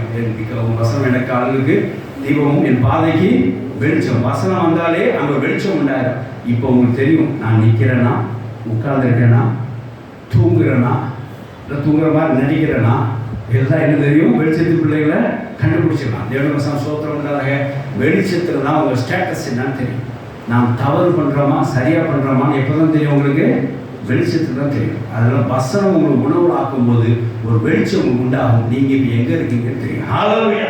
பாவம் செய்து கொண்டிருக்கேங்கிறது அப்போ தான் உங்களுக்கு தெரியும். இருளில் இருக்கிறது அப்போ தான் தெரியும். கடன் பிரச்சனை இருக்குன்னு அப்போ தான் தெரியும். வசனம் வாசிக்காத வரைக்கு எனக்கு கடன் ஒரு பிரச்சனையே இல்லையா? எப்படி வசனம் வாசிக்கும்போது வந்து கடன் பெரிய பிரச்சனை எப்போ தான் தெரியுது? வசனம் வெளிச்சத்துலாம் கண்டுபிடிச்சிக்கோ கடன் பெரிய பிரச்சனை சிக்க போகிறோம் அப்படின்ட்டு. வசனம் உணவுன்னு ஆக்கும்போது தான் கடனோட வலி என்னன்னு தெரிஞ்சுது. அந்த வெளிச்சத்தில் கண்டுபிடிச்சேன். தேவனுடைய வசனம் ஸ்தோத்திரம் உண்டாக. ஆகையினாலே வசனம் நம்மளை உணர்வுல ஆக்கும். எப்படின்னா வசனம் ஒரு வெளிச்சத்தை தரும். வெளிச்சம் நம்முடைய தகுதியை காட்டும். அதை நாம் இருக்கிற இடத்தை காட்டும். ஒரு ஸ்டேட்டஸை அது காட்டும். தேவனுடைய வசனம் ஸ்தோத்திரம் உண்டாக. அந்த வசனம் இயேசு கிறிஸ்து தான். ஹalleluya. அவர் உங்கள் இடத்துக்கு வரும்போது அந்த வார்த்தைக்கு நீங்கள் ஒப்பு கொடுக்கும்போது அவர் வந்ததாக அர்த்தம். நீங்கள் என்னை நேசிக்கிறனா வசனத்தை நீங்கள் என்ன செய்வீங்க?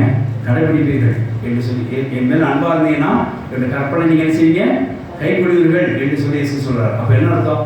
மாம்சமாக நமக்காக வந்த அந்த வார்த்தையாக இயேசு கிறிஸ்து நாம் அதை நம்ம ஏற்றுக்கொள்ளும் போது நம்ம உணவு ஆகும்.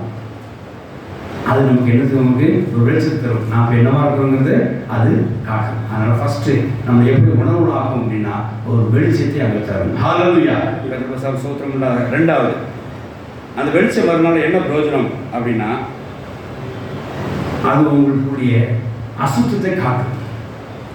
உங்களோட தூசியை காட்டும், உங்களோட அழுக்க காட்டும், உங்களோட அசுசியை காட்டும்.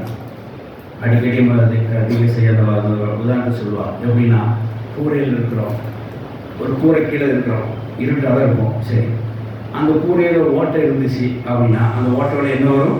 ஒரு வெளிச்சம் உள்ளே பிரகாசிக்கும். அந்த வெளிச்சம் ஒரு குழல் மாதிரி அப்படி நேராக உள்ளே வரும். அப்போ அந்த ஃபைன் குழலாக உள்ளே வரும்போது ஃபைன் பவுடர் தூசி எப்படி உள்ளே அலக்கடிக்கிறது தெரியும். அப்போ அந்த ரூமில் என்ன வருது? தூசி எப்படி கண்டுபிடிச்சிடலாம். அப்போ ஒரு வெளிச்சம் வரும்போது தான் அந்த இடத்துல சின்ன தூசி கூட உங்களுக்கு எழுதியும் கண்ணுக்கு தெரியும். ஒரு வெளிச்சம் ஏன் நம்ம ஏன் இருளில் இருக்கிறோம் ஏன் கண்டுபிடிக்கணும் அப்படின்னா அதோட தூசியை சேர்த்து எடுக்கணும். நம்ம ஏற்கனவே படிச்சிருக்கோம். இருளிலிருந்து அதிகாரத்திலிருந்து விடுதலையாக்க முடியாக இயேசு நமக்கு ரத்தம் சிந்தி நமக்கு என்ன செஞ்சார்? நம்ம ராஜ்யத்துக்கு குமாராட்சி உட்படுத்துறவருக்கு தேவ சோத்திரம் என்று சொல்லி கொலோசியர் 1:11 வாசிக்கிறோம். இருளெலாம் இருந்திருக்கிறோம். வெளிச்சம் வரும்போது தான் தெரியுது, அந்த வசனம் நமக்கு வரும்போது தான் தெரியுது நாம் என்ன இருந்திருக்கிறோம்? இருளில் இருந்திருக்கிறோம், மரண பயத்தில் இருந்திருக்குன்னு தெரிஞ்சு போச்சு. இப்போ இயேசுக்கு ஒளி வந்து வெளிச்சம் வந்து என்ன உணவாக்குது. உணவாக்கி என்ன பண்ணுதுன்னா என்ன அவங்களோட தூசி எடுத்து கண்டுபிடிக்க வைக்கும், எங்களோட அழுக்கை கண்டுபிடிக்க வைக்கும், அவங்களோட அசூசியை கண்டுபிடிக்க வைக்கிறது, என் சட்டையோட அழுக்கை கண்டுபிடிக்கிறது. வெளிச்சம் இல்லாமல் வெளிச்சம் இல்லைன்னா உங்களுக்கு அழுக்கு தெரியவே தெரியாது. வெளிச்சம் வந்தால் தான் ஈவன் கருப்பு சட்டை போடால் கூட அந்த வெளிச்சத்தில் அந்த கருப்பு அழுக்கு தெரியும், கொஞ்சம் ஷேடு கண்டுபிடிச்சிடலாம். அதனால் வசனம் உங்கள் உணவுல எப்படி ஆக்கும்னா வெளிச்சத்து முறை கொடுத்து உங்களுக்குள்ள உள்ள தப்பை செய்யறது கண்டுபிடிக்கும், காட்டும். இலவசம் சோத்திரம்ன்றத ஒரு வசனத்துக்கு நேராக நீங்கள் பார்க்கும்போது தான் நீங்கள் பட்ட தப்புன்னு தெரியும். நமக்கு புரோட்டோகால் என்ன, நமக்கு ஸ்ட்ரெயிட் லைன் என்ன, நமக்கு நீதி என்ன? கற்றுக்கிற வசனம் தான். ஏதோ ஒரு காரியத்தை செஞ்சு வசனத்தை ஒத்து பாருங்க, அதன்படி இல்லைன்னா அது எழுதுறது தப்பு. எதை வேற வசனங்கள் எழுத சாட்சியான வசனத்தான் சொன்னால் ஒழிய இதை காரியம் செய்ய முடியாது, ஏற்றுக்கொள்ள முடியாது அப்படின்னு போட்டிருக்கோம். சாட்சினாலும் இந்த வேதாந்தத்தில் சொல்லப்படுற சாட்சினாலும் வசனம் சொல்லி சரியா வசனம் இறைமையாக இருக்கிற வசனம் வீட்டில் படிச்சு பாருங்க. வசன பிரகாரம் இருந்தால் தான் நம்ம என்ன செய்யறது கரெக்ட்னு அர்த்தம். வசன பிரகாரம் இல்லைன்னா அது தப்புன்னு அர்த்தம். அப்போ பாருங்க, ஒரு வெளிச்சமானது வரும்போது நீ வசன பிரகாரம் இல்லைங்கிறத காட்டும். அந்த வசனம் உணவுல ஆக்கும். நீ கடன் கொடுப்பா, நீ கடன் வாங்காதே பாய் என்ன அர்த்தம்? அப்போதான் எனக்கு புரியுது. அந்த வெளிச்சம், அந்த வசனத்து வெளிச்சம் வரும்போது ஓ கடன் வாங்காது இருப்பாய் அப்படின்னா அந்த அர்த்தத்தை நம்ம இன்னும் கடைபிடிக்கவில்லையே. நீயோ கடன் கொடுப்பாயின்னு போட்டிருக்கு, கடன் வாங்காது இருப்பாயின்னு போட்டிருக்கு. எனக்கு அப்போதான் வாங்குறது தப்புன்னு எனக்கு தெரியுது. ஹல்லேலூயா.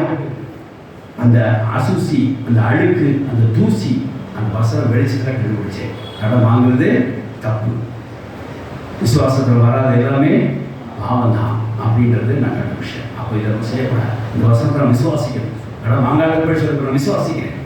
அவசரப்பட்டு இதை நான் விசுவாசிக்கிறேன் அப்படின்னா நம்ம செய்யப்படுறது எல்லாமே என்னது பாவம் தான். தேவவசனம் சோத்திரம் உண்டாதாக ஆகிய நான் வெளிச்சம் நம்முடைய அழுக்கை காட்டும். இது பாருங்க, சங்கீதம் 119 105 பார்க்குறோம். தேவ வசனம் என் பாதைக்கு தீபம், சாரி என் காலுக்கு தீபமும் என் பாதைக்கு வெளிச்சம். இது என்ன சொல்லுமா? இந்த வெளிச்சத்தோடு நீங்கள் நடந்தீங்க அப்படின்னா ரோட்டில் உள்ள அசுசியெல்லாம் காட்டும். முதல்ல நான் சொன்னது வெளிச்சம் என்ன சொன்னது, 2வது பாயிண்ட் என்ன சொன்னேன்னா அந்த வெளிச்சம் நம்மளுடைய இடத்துக்கு காட்டும். இப்போ நம்ம உலகத்தில் இருக்க நம்மளும் பரவாயில்ல போடிய will still traveling in the world. இந்த பாவமான உலகத்தில் சின் பண்ண எதுவும் சேரும். அப்போ நம்ம சுற்றி என்னவா இருக்கும்?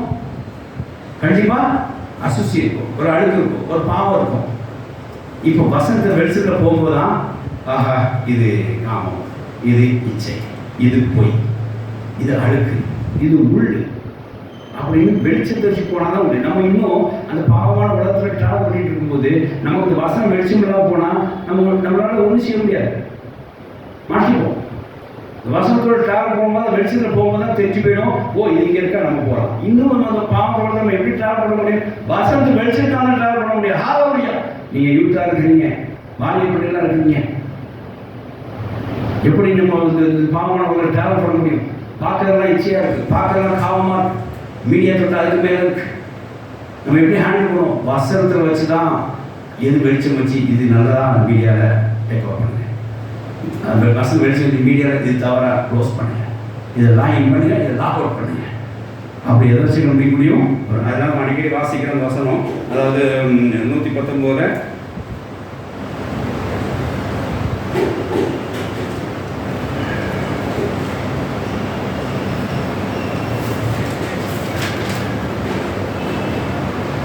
9வது வசனம். வாலிபன் தன் வழியை எதனால் சுத்தம் பண்ணுவான்? வசனம் லைட்டாக இருக்கிறனால தான் ரோட்டில் போகும்போது இந்த உலகத்தில் ட்ராவல் பண்ணும்போது ஆகா இது தவறு, இது கண்களிச்சை, இது வேறு நம்முடைய சகோதரியான காரியம், இது சகோதரியாக பார்க்க வேண்டும், இவங்களை வேறு மாதிரி பார்க்கக்கூடாது. உலகம் காட்ட தான் செய்யுங்க, உலகம் தன்னுடைய காட்ட தான் செய்யும், மாம்சம் தன்னுடைய காட்ட தான் செய்யும்.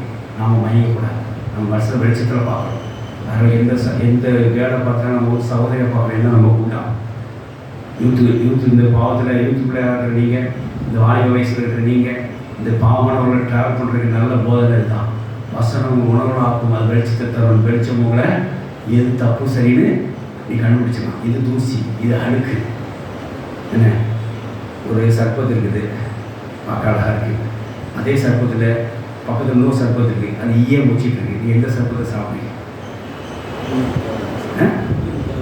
அதுதான் மனைவி. ஹல்லேலூயா. புரியுதா? ஆனால் ஈ முடிக்கிறது உலகம். நீ அதை தான் எல்லாம் ஈ முடிச்சிட்டு இருக்காங்க. ரோட்டில் போகும்போது பார்க்குறோம், பார்க்குறோம், மீடியாவில் பார்க்குறோம், எல்லாம் ஈ முடிக்க வைக்கிறப்ப பார்த்துட்டு இருக்கிறோம். நல்ல சர்ப்பத்தை நம்ம சாப்பிட்றோம்னா வீட்டில் தான் சாப்பிடணும். ஹல்லேலூயா. ஈ வைக்காத பொருளை தான். அதனால் நம்முடைய எண்ணங்கள் வேத வசனத்தில் வச்சு தான் நம்ம சுத்தப்படுத்த முடியும். பாலிமத்தில் எதனால் வழியை சுத்தப்படுத்துவான்? கர்த்தர் வசனத்தினாலே. அவன் லைட் அடிக்கும் போது பார்ப்பான், லைட் அடிச்சுட்டு அந்த பாதையை வச்சுவான், அந்த வெளிச்சமாக காட்டும். ஃபஸ்ட்டு நான் சொல்கிறது தீபம் சொன்னேன், அது யாருக்கு? நமக்கு. இப்போது பாதைக்கு போகும்போது எது சொல்கிறேன்? இப்போ நான் ட்ராவல் பண்ணுறீங்க, இந்த உலகத்தை பாலம் ட்ராவல் பண்ணுறீங்க, ஆசை இருக்கும். இந்த சீட்டு போட்டால் உங்களுக்கு இவ்வளோ கிடைக்குதா கிடைக்குமா, இந்த ஃபைனான்ஸ் போட்டால் உங்களுக்கு டபுளாக கிடைக்குமா, இந்த இதில் இன்வெஸ்ட் பண்ணினா ஆஃபீஸ் சொல்லுவாங்க, நல்லா ஏர்ன் பண்ணுறீங்க, இதில் இன்வெஸ்ட் பண்ணால் உங்களுக்கு டபுளாக கிடைக்கும், 3 இயர்ஸில் கிடைக்கும் சொல்லுவீங்க. அதெல்லாம் சொல்லுவாங்க. இச்சை சாத்தான் சொன்னால் வச்சுன்னா இதெல்லாம் உங்களை தாரேன், எனக்கு பணிந்து கொள். அதுதான் வசனம் வந்தால் தான் அது சாத்தான்னு நமக்கு தெரியும். இல்லாட்டா அது இருக்குது நம்ம கற்றுக் கொடுத்த ஆலோசனை வச்சுக்கோம். சில நேரத்தில் சாத்தான் ஆலோசனை கற்றுக் கொடுத்த மாதிரியே பேசுவான், ஆனால் அது கற்றுற ஆலோசனை கிடையாது. அதில் கவனமாக இருக்கணும். வசனம் வெளிச்சம் உங்களுக்கு உணவுன்னு ஆகும். அதில் இது தப்பு, இது இச்சை, இது காமம், இது பொய், இது தவறு, இது வசனத்துக்கு மீறில் விட்டுப்பட்டது, இது தாய் தவறு மீறில் விட்டுப்பட்டது, இது செம்மையான வழி அல்ல, இது தீமையான வழி, இதில் முள் இருக்குது, இதில்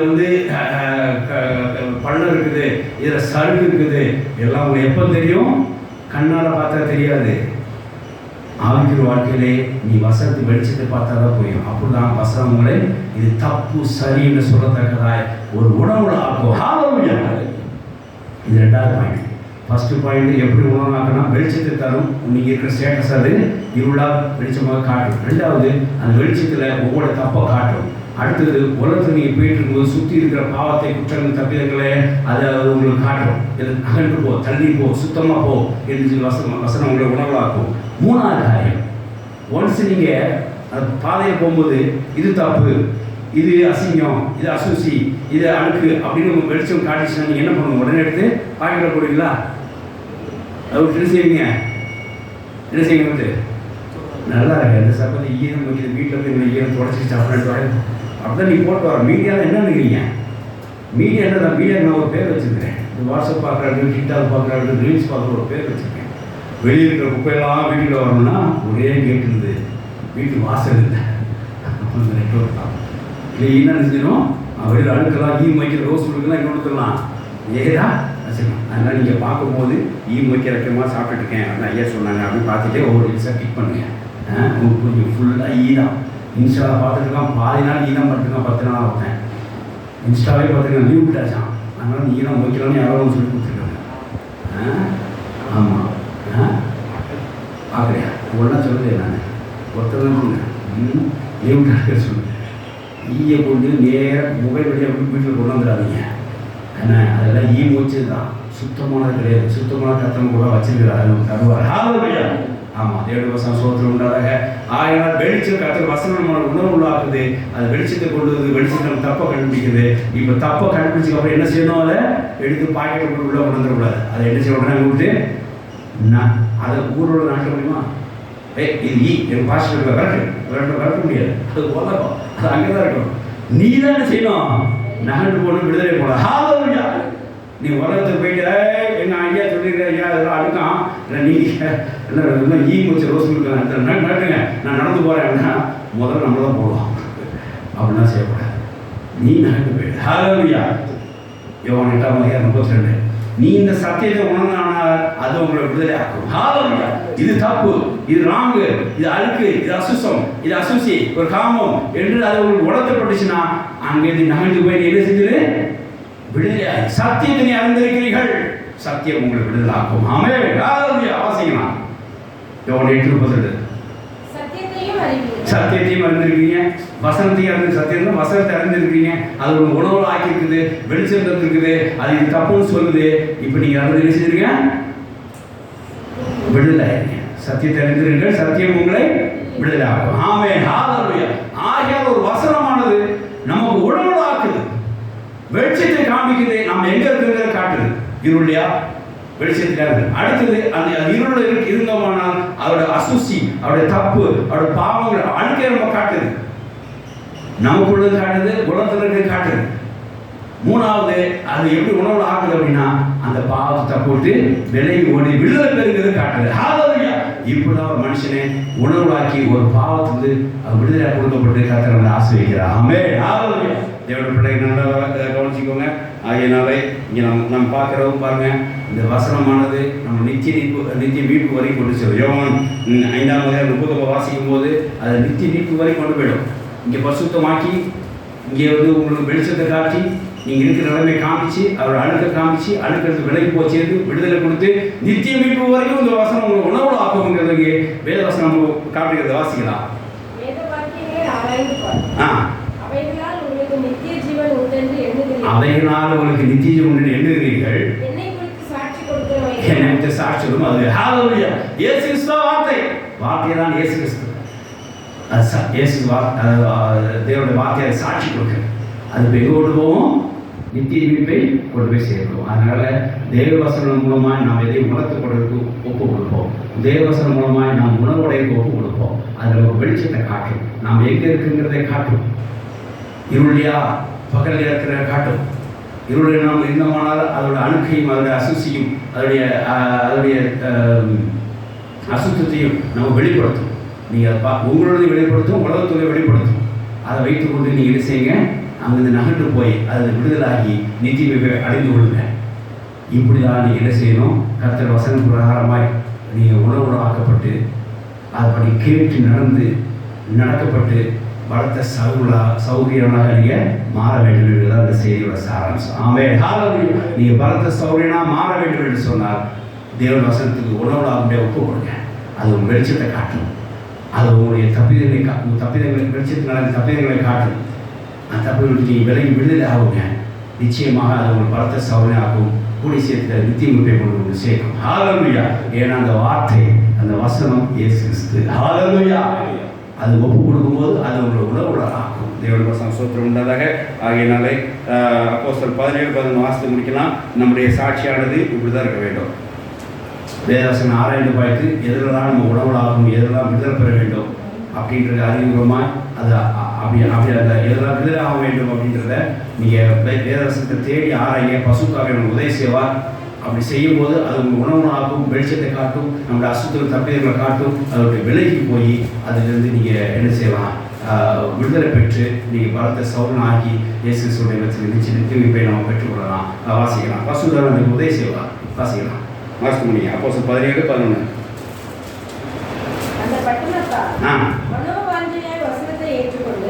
மனோவாதிய வசனத்தை ஏற்றுக்கொண்டார். ஏன் தெரியுமா? அதை அவங்க என்ன செய்யணும்? உணவுடன் ஆக்கணும். உணவுல ஆக்க பண்ணிய வசனத்தை ஏற்றுக்கொண்டு வசனம் நம்ம உணவாக்குமோ அப்படின்னு காரியம் எப்படி இருக்காது என்று அறிந்து கொண்டு தினந்தோறும் வேத வாக்கியம் நினைச்சார்கள், ஆராய்ந்து பார்த்தார்கள். பைபிள் வாசித்து மூடி வைக்கிறது ஆராய்ந்து பார்த்தார்கள். வசனம் உணவுல ஆக்கும்படியாக ஆராய்ந்து பார்த்தார்கள். உள்ளவர்கள் கூட பார்க்கிறோம் வசனங்களை ஆராய்ந்து அது உணர்த்தப்படுவதற்கு அது உணவுலாக்க முடியாது ஒப்பு கொடுத்தோமானால் நீங்கள் நற்குணசாலிகளாக இருக்கிறீர்கள். ஆமென். ஹalleluya. ஆகையால் 2 காரியங்கள் நம்ம கற்றுக்கொண்டிருக்கிறது. ஒன்று பலத்த சௌகரியம் ஆக வேண்டும், இன்னொன்று என்ன வேதவசனங்களில் உணவு அடையாதவன் எண்ணங்கள் தப்பாக இருக்குங்கிறத பார்த்துருக்கோம். 2வது காரியம். 3வது காரியம் நற்குணசாலியாக என்ன செய்யும்? வேத வாக்கியங்கள் உணவுடாக ஒப்பு கொடுத்தோம்னா நற்குணசாலியாக மாற்றும். ஃபஸ்ட்டு பார்த்தோம், வேத வாக்கியங்களில் உணவு ஒப்பு கொடுத்தோம்னா அதை அப்படி கேட்டு நடப்போம், அதெல்லாம் பலத்த சௌகரியம் ஆகப்படுவோம். வேத வாக்கியங்களுடைய என்னென்ன அறியாமல் உணவு ஆக்கப்படும் ஒப்பு கொடுக்கறதுனால நம்ம எண்ணங்கள் எல்லாம் என்னவா இருக்குது, தப்பாக இருக்குதுன்னு சொல்லி இயேசு சொல்கிறதே பார்க்குறோம். 2வது காரியம் அறிவிக்கப்பட்ட காரியம். 3வது காரியம் வசனம் உணர்த்தப்படுறதுனால ஆராய்ந்து பார்க்கறதுனால நம்மளை என்ன செய்வது, நற்குணசாலியாக மாற்றும். தேவனுடைய வசனம் சோத்திரம் உண்டாக. ஆகினால் கர்த்தருடைய வசனத்துக்கு நாம் ஒப்பு கொடுப்போம், கர்த்தருடைய வார்த்தைகளுக்கு நம்ம ஒப்பு கொடுப்போம். அதை நம்மளை உணர்வுல ஆக்க முடியாது ஒப்பு கொடுப்போம். கர்த்தர் வசனம் நம்மளை உணர்வுல ஆக்கும்.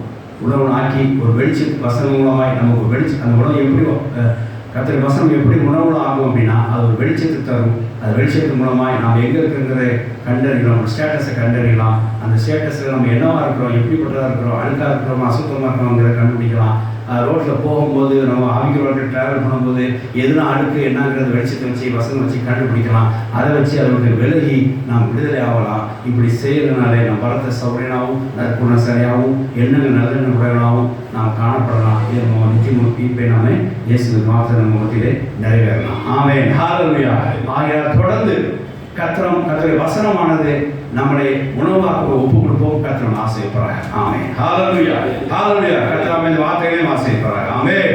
ஹல்லேலூயா. சோத்திரம். நம்ம எல்லாம் தேவனை சோதரிப்போமாக. ஹல்லேலூயா. ஹல்லேலூயா.